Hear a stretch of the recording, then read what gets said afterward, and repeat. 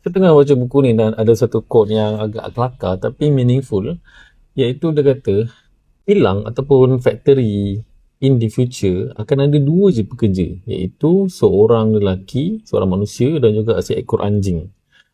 Lelaki tersebut tugasnya adalah untuk memberi makan kepada anjing, dan anjing itu tugasnya ialah untuk pastikan lelaki tersebut tak touch, tak sentuh mesin-mesin tersebut.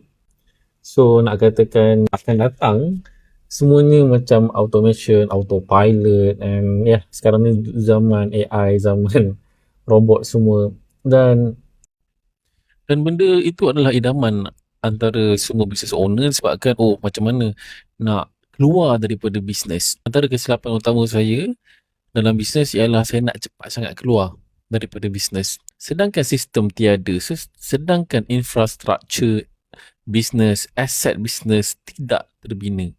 Kat situ saya faham untuk kita nak keluar daripada bisnes ialah kita kena membina infrastruktur. Otak kita kena letak target membina aset, membina sistem, membina infrastruktur setiap department, part by part. Setiap hari kita bangun adalah untuk kita bina brick by brick.